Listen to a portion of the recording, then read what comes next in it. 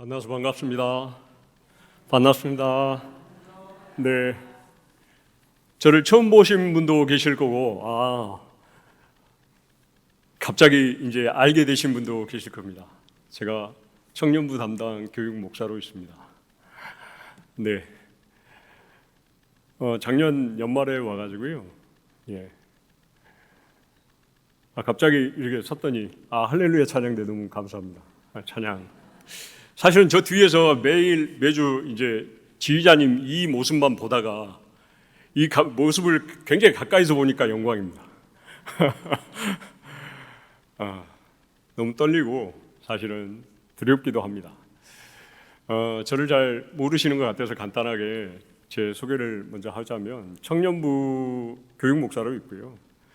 제 주중의 사역은 전남대학교 글로벌 기독센터에서 전남대학교에서 기독 교수님들과 그리고 선교단체 그리고 학생들을 대상으로 복음을 전하면서 하나님의 나라를 전하는 사역을 감당하고 있습니다. 원래 고향은 광주고요. 충장중학교 졸업했습니다. 그리고 광주고등학교 졸업했고 전남대학교 경영대 졸업해서 ROTC로 군생활을 10년 조금 넘게 더 한 것 같습니다. 그리고 군생활 도중에 하나님께서 부르심이 있으셔가지고 과감하게 전역을 하고 장신대로 가서 공부를 하고 지금까지 서울에서 사역을 하다가 때마침 하나님께서 또 부르심이 있어서 전남대에 지원해서 이렇게 사역을 진행하고 있습니다. 많이 격려해 주시고 기도해 주시고 중보해 주시면 감사하겠습니다. 네. 오늘 말씀 모르시는 분 잘 없으실 겁니다. 근데 오늘 말씀보다도 더 심각한 상황이 있습니다. 우리나라의 상황입니다. 우리나라 경제 문제가 생각보다 심각합니다. 거의 모든 언론이나 방송들은 검거했네, 기소했네, 정치 논쟁 이런 것들에 관심이 있지만 사실 먹고 사는 문제, 경제 문제가 생각보다 심각하게 사회를 헤집고 있습니다. 작년에 우리나라의 재정 적자를 연간 58조 정도로 예상을 했는데요. 1, 4분기 만에 우리나라 국가 예산이 그중에 54조 적자가 났습니다. 게다가 기업들의 상황도 좋지가 않습니다. 삼성이라는 기업이 가지는 위치는 우리나라에서 절대적인데 삼성이 대중국에서 가지는 영업 비중이 한 자릿수까지 추락을 했습니다. 삼성이 반토막 났고요. 현대와 LG도 이와 비슷한 상황이라고 합니다. 코로나 때보다도 더더욱 적자가 나고 있다는 거죠. 국민들은 어떤가요? 몇 해 전부터 전세 사기가 대규모로 발생했고요. 그 피해자의 대부분은 20, 30대라고 합니다. 그러면서 정부가 처방전이라고 내놓았는데 그 처방전을 발표한 날 그것을 보고 한 분이 목숨을 끊었습니다. 게다가 요즘 자영업자 대출 연체율이 최고치를 기록하고 있다라고 합니다. 이러한 현재의 상황이 다음 세대와 그 가족들에게 희망적인가? 그러면서 드는 이런 생각이 들었습니다. 그렇다면 과연 교회는 청년들과 다음 세대들에게 희망적인가? 목회데이터 연구소에서 대학생들의 종교 실태를 조사한 결과 개신교의 비율은 10년 전에 비해서 점점 줄면서 지금 14.5%를 차지하고 있습니다. 그렇다면 가장 많은 비중을 차지하는 종교가 뭘까요? 뭘까요? 무교입니다. 무교가 젊은 대학생들에게 74%를 차지하고 있습니다. 그러니까 26%를 가지고 3대 종교가 청년들을 분할하고 있는 겁니다. 그 중에서 네가 맞니 내가 맞니 도토리 키재기 하고 있는 겁니다. 불교나 천주교보다는 높았지만 무종교인 비율이 무려 74%에 이르는 거죠. 그렇다면 향후 믿고 싶은 종교가 있는가? 라는 질문을 해보았더니 개신교는 35%에서 21%로 크게 감소한 반면에 불교는 무려 26%에서 46%로 크게 증가했습니다. 별다른 이슈가 없는데도 말이죠. 언제부터인가 교회에 안 나가는 이들을 지칭하는 우리는 너무나 잘 알고 있는 단어가 있습니다. 뭐죠? 가나안 성도. 그렇죠? 교계에 어느 순간부터 정식 용어처럼 사용되기 시작하고 있습니다. 새로운 한 부류가 생겨난 거예요. 가나안 성도의 비율이 10년 전인 2012년도에는 불과 10% 정도였습니다. 그런데 작년인 2023년도에는 거의 3배 수준으로 뛰었습니다. 26.6%. 엄청난 거죠. 거의 200만 명을 돌파하고 있다는 잠정적인 통계도 있습니다. 이들이 교회를 떠나는 시기는 언제일까요? 대부분 조사를 해보니까 고등학교 졸업 이후에 무려 73%가 학업과 입시에서의 해방감, 그리고 성인으로 접어들면서 마주하는 새로운 환경이 교회로부터 더더욱 멀어지게 하고 있는 거죠. 무려 73%가 고등학교 졸업 이후에 떠납니다. 더불어서 교회를 안 나가는 가장 큰 이유가 무언가라고 질문을 해보았더니 예전에는 그렇지 않았습니까? 교회에 대한 어떤 불만이 있고 목회자에 대한 불만이 있거나 이런 사항들이 있으면 교회 좀 나가기가 어렵다 이렇게 얘기를 했거나 이게 주된 이유였어요. 그런데 요즘은 약 40% 정도가 매주 교회 나가는 것이 부담돼. 그래서 교회를 나가지 않아. 귀찮은 거예요.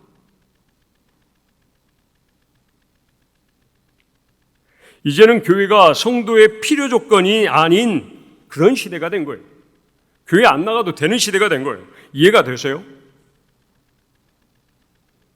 청년들은요, 꼭 교회 나가지 않아도 된다고 생각을 해요. 굳이 교회 나가야 돼? 요즘 유튜브로 예배 드려도 되잖아. 얼마든지 채널 선택권이 나에게 있잖아. 다 그렇게 드려.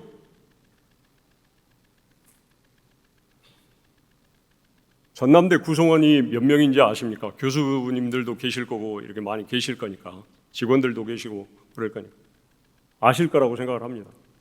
약 2만 4천 명에서 2만 5천 명 정도 됩니다. 전남대 재학생 수. 그중에 선교단체를 포함해서 믿는 자의 공식 통계적인 숫자는 몇 명이나 되는지 아십니까? 제가 그걸 다 조사하고 있거든요. 채 500명이 안 된다는 사실. 충격적이지 않으십니까? 그 어마어마한 한 축을 담당하셨던 우리 신앙교회가 놀라지 않으시다니. 놀라셔야 돼요.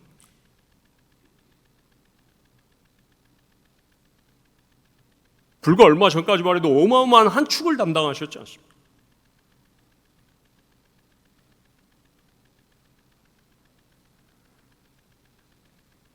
그러다 보니까 청년들이 이제는 교회 중심이 아닌 개인의 믿음과 실천이라는 개인 중심의 신앙생활을 영위하고자 하는 경향이 매우 강해졌습니다. 그렇다면 믿는다는 대학생들 중에서 예수 그리스도를 주님으로 영접한 비율 얼마나 될까? 또 이것도 확인도 해봤습니다. 10년 전인 2012년에는 63%나 되었던 그 응답률이 작년에는 몇 %로 줄었을까요? 반토막이 났습니다. 33%. 33%의 크리스찬 대학생들이 나는 그래도 예수님을 주님으로 모십니다라고 고백을 한 거예요. 나머지는 아닌 거예요. 하나님은 믿는데 그리스도는 잘 모르겠어요. 이런 대답들을 하고 있는 거예요. 교회가 굳이 필요한가요? 요가 수련하면 되잖아요. 그걸 통해서 얼마든지 저는 깨달음을 얻을 수 있거든요. 지금 이렇게 청년들이 말하고 있습니다. 그러면서 교회 내 신앙 활동으로는 집회나 소그룹 모임 등 관계 중심의 활동이 증가하고 예전엔 꼭 필요하다고 여겼던 성경 공부나 큐티, 말씀 활동은 줄어들고 있더라라는 거죠. 이러한 상황 속에서 교회는 과연 청년과 다음 세대들에게 희망을 주고 있는가? 1년 전쯤에 서울에 사는 5살 아이가 40도 고열에 시달리면서 응급실과 빈 병상을 찾아 헤매다가 사망하는 사고가 발생했습니다. 여러 대학병원 소아과와 응급실을 뺑뺑이 돌았지만 결국은 병실이 없어가지고 제대로 된 진료를 못 받고 죽음에 이르렀습니다. 그 아이의 젊은 부모님은 얼마나 황망했겠습니까? 도심 한복판, 그것도 서울에서 이런 일이 벌어졌습니다. 보도에 따르면 올해 소아과 전공의 정원이 206명인데 54명만 충원이 됐다고 합니다.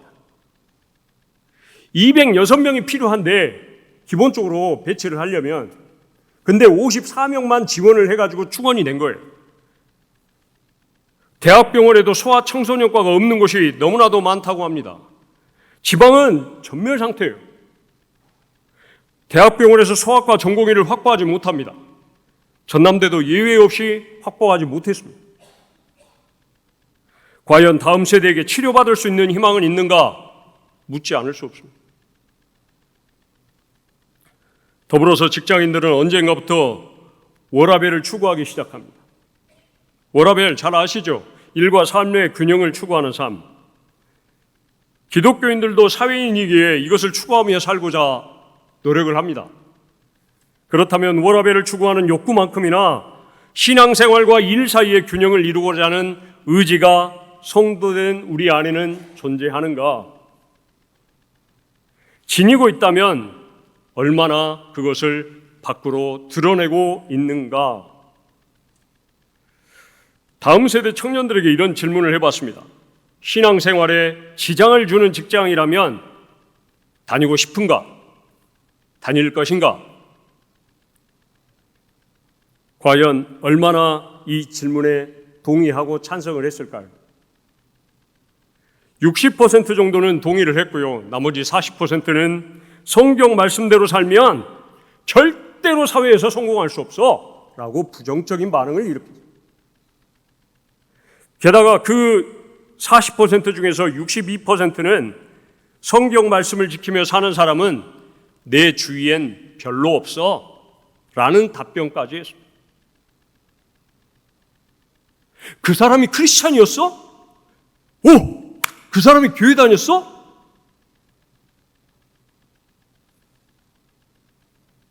말씀대로 사는 건 너무나도 청년들이 볼 때는 비현실적이고 청년들이 주변에서 좋은 멘토를 찾는 건 매우 어렵다고 의견을 드러냈습니다. 과연 교회는 다음 세대에게 희망적인가? 교회에서 다음 세대가 줄고 있다는 것은 사실 어제 오늘 얘기가 아닙니다. 찬양 집회들이 곳곳에서 열리면서 청소년, 청년들이 구름대처럼 모여들었을 때는 지금의 상황이 올 줄 어떻게 알았겠습니까? 하지만 현재 다음 세대들이 더 이상 교회에서 잘 보이지 않습니다. 그렇다고 기독 청소년과 청년의 수가 대폭 줄었느냐? 아니요. 인구 센서스 조사를 해보니까요. 그다지 줄지도 않았어요. 오히려 늘었습니다. 의아해하시지 않으십니까? 오히려 늘었다니까요. 기독 청소년과 기독 청년 숫자가 늘었어요. 문제는 뭐냐면 가난한 성도라는 거예요. 기독교인의 정체성을 가지고 있으면서도 교회에 출석하지 않은 사람들이 대폭 늘었다는 거예요. 작년 목회데이터 연구소에서 조사한 10년 후에 자신의 신앙 전망, 나는 아직도 교회를 다니고 있을 거다, 나는 아직도 믿음을 지니고 있을 거야, 이렇게 10년 후에 나는 내 신앙에 대해서 전망한 설문을 한번 질문을 해봤어요. 그랬더니 20대의 절반 정도만이 나는 신앙생활도 잘 유지하고 교회도 잘 나갈 것 같다라고 응답했고, 절반은 나는 신앙생활을 유지하겠지만 교회는 안 나갈 것 같다라고 답변을 했어요. 다음 세대의 신앙 상태가 총체적 난국입니다. 이러한 현실 속에서 과연 교회는 다음 세대에게 희망적인가? 이제는 다음 세대에 대해 우리가 가졌던 기존의 생각과는 좀 다르게 다시 생각하고 시작했으면 좋겠습니다. 대부분 교회에서 장년들은 자신들의 관점에서 다음 세대를 예단합니다. 장년들의 말을 잘 듣나 안 듣나, 그리고 전통적인 예배에 잘 참여하는가 안 하는가, 그리고 우리의 전통에 잘 따르는가 아닌가, 이런 것들이 중요한 판단 기준입니다. 그러나 장년들이 경험한 사회와 오늘날 청년들이 대하고 있는 사회의 모습은 너무나도 많이 달라졌고요. 그들의 경제 상황도 이전과는 매우 어렵습니다. 게다가 코로나는 청년들의 취업을 집어삼켜가지고 최악의 수준에 이르렀습니다. 대학교를 졸업해도 직장을 잡을 수가 없습니다. 왜냐하면 직장에서 뽑지 않거든요. 그들을 고아라고 표현하죠. 사회적 고아. 경력직 위주로 뽑는답니다.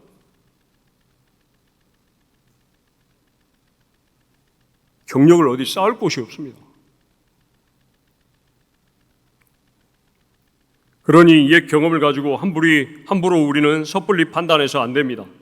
사회에서와 마찬가지로 교회에서도 말로는 다음 세대가 중요하다고 말을 하지만 사실상 구체적인 방안은 제대로 서 있지 않는 것 같습니다. M4 세대니 헬조선이니 하면서 다음 세대에 대한 사회적 담론은 형성이 되었지만 코로나가 끝났음에도 사실 우리 각자 개개인들이 너무나도 살기 힘들다가 보니까 실상은 특별한 관심을 갖기가 어려운 게 현실입니다. 그럼에도 불구하고 청년과 다음 세대는 매우 소중하고요. 이들이 바르게 서야만 우리의 미래가 밝을 겁니다. 그렇기에 청년과 다음 세대의 상황과 형편을 이해하고 그들의 인식을 파악하는 것은 대단히 중요하더라라는 거죠. 오늘 본문 모르시는 분들 없으실 겁니다. 예수님과 부자 청년과의 대화, 그리고 파생된 대화 주제 두 가지. 먼저 영생을 얻는 방법을 묻는 부자 청년의 첫 질문에 예수님께서는 10계명의 5계명부터 9계명까지와 레위기 19장 18절로 대답하고 계십니다. 그렇죠? 그러자 청년은 뭐라고 대답합니까? 이 모든 것을 지켰는데 아직도 뭐가 부족합니까? 라고 대답을 하죠. 예수님은 그러자 재산을 매각해서 빈민구제하라고 얘기를 하십니다. 이 제안을 청년이 받아들일 수 없었던 이유를 성경은 이렇게 말씀합니다. 그가 재물이 많아서라고 말합니다.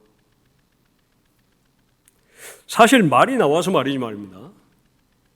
이 청년, 오늘날 사회적 기준으로 보면 어떤 청년입니까? 너무 멋진 청년 아닙니까? 이 청년이 겉으로 보기에는 어른들의 시각에서 볼 때는 회당 생활, 가정 생활, 사회 생활 면에서 너무나도 모범적이고 너무나도 훌륭한 인재였습니다. 그렇지 않습니까? 이렇게 잘 실천하고 사는 청년이 어디 있습니까? 요즘 그런 청년 눈치껏 찾아봐도 못 봅니다. 사고 뭉치죠. 사고 안 치면 다행입니다. 어디 가서 돈 달라고 안 하면 다행이죠.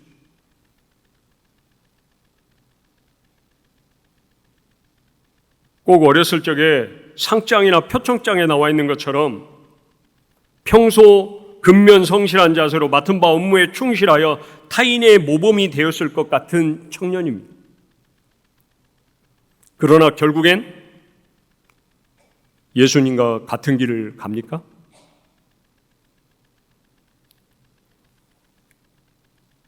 예수님과 같은 길을, 같은 방향을, 같은 것을 바라보며 그곳을 갑니까?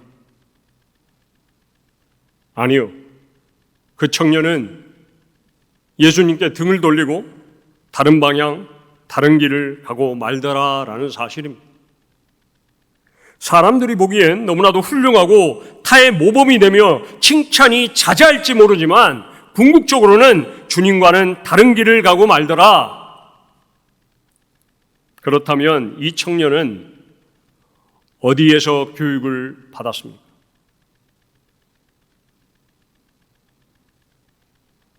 도대체 무슨 교육을 어떻게 받았길래 겉과 속이 다른 건가요?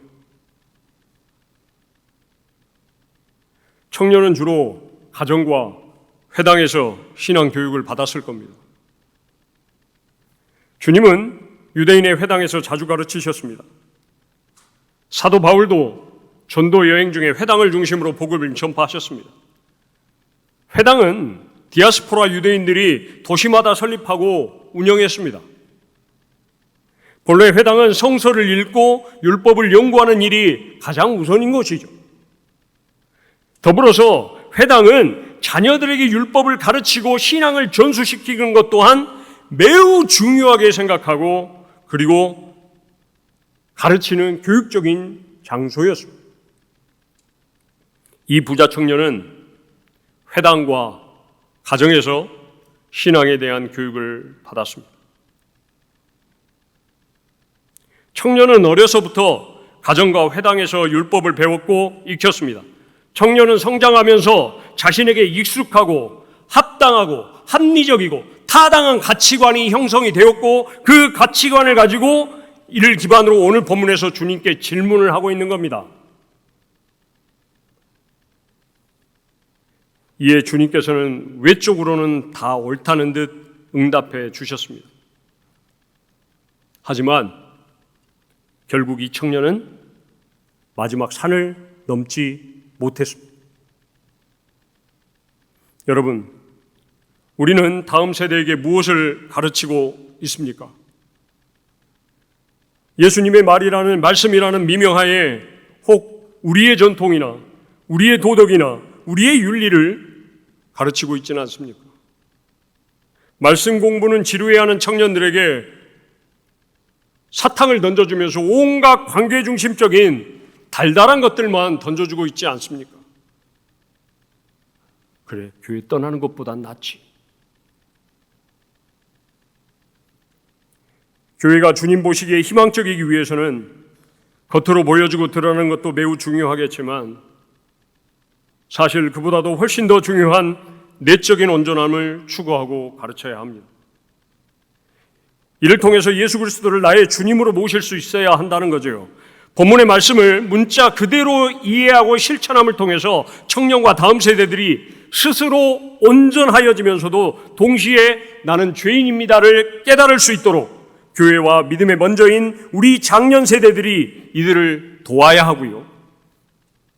또한 크던 작던 나의 어떤 부분, 재산의 일정 부분 포기를 통해서 지갑을 여는 습관을 통해서 지금 당장 즉각적인 나의 내적 변화를 보지는 못하겠지만 장기적으로 다음 세대들의 내면에 나의 인격을 이끄시는 분이, 나의 삶을 주관하시는 분이 하나님이심을 그들로 하여 믿게 하게 하고, 이러한 교회는 분명 주님 보시기에 매우 희망적일 거다라는 사실입니다.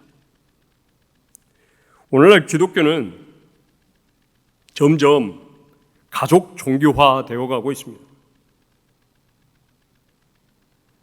유치원 이전에 교회를 다닌 비율이 약 80%에 이릅니다.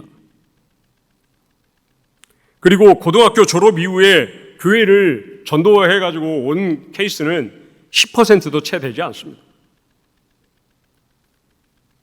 다음 세대들은 대부분 부모님과 가족이 나의 신앙생활에 커다란 영향을 미친다라고 말합니다. 그 중에서도 어머니가 나에게 미치는 영향력은 절대적이라고 얘기를 합니다. 곧 교회보다도 이제는 가족이 더 큰 신앙의 영향을 발휘하고 있다라는 거예요. 누가 고백하냐고요? 그걸 받은 본인들이 고백을 하고 있는 거예요. 하지만 정작 3040 세대들은 본인들의 신앙이 이렇게 고백합니다. 내 부모님의 신앙받도 못해라고 스스로 이렇게 깎아내리고 있습니다. 사실이 그렇기도 하고요. 그리고 자녀의 신앙교육도 내가 부모님으로부터 받은 것만에 비해서 나는 지금 내 자녀들에게 턱없이 못하고 있어 라고 생각하고 있습니다. 그 중에 40%는 아예 자녀 교육을, 신앙교육은 못하고 있다라고 고백도 합니다. 그런데 자녀 신앙교육을 못하는 가장 큰 걸림돌을 뭐라고 생각하십니까? 바빠서? 직장 때문에? 분주해서? 라고 생각하시죠? 그런데 확인을 해봤더니 그게 아니더라고요. 그건 2위였습니다. 바쁜 건 2위였어요. 1위는 뭘까요? 1위는 부모인 내 신앙이 확고하지 못해서 라고 답변을 했다는 거예요.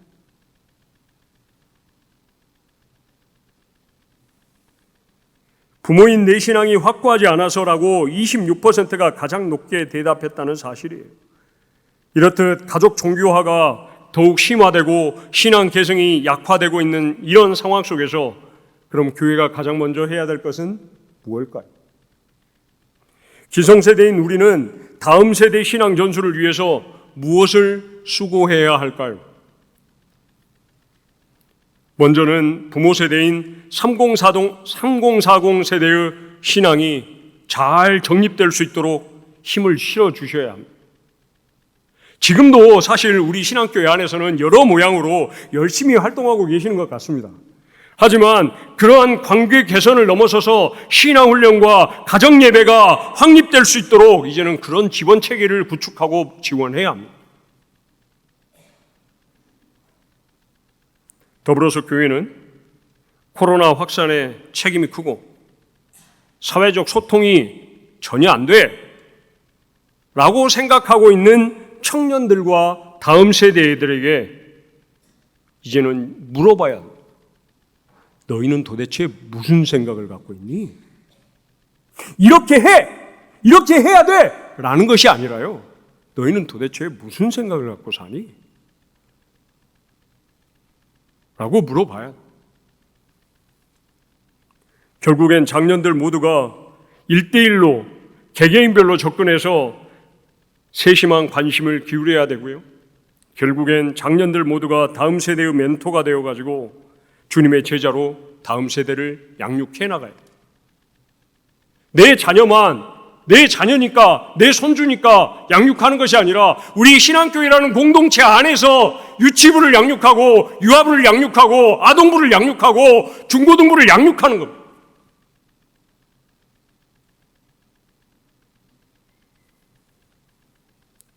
이러할 때야 비로소 교회는 희망적일 수 있습니다. 성도 여러분, 언뜻 보면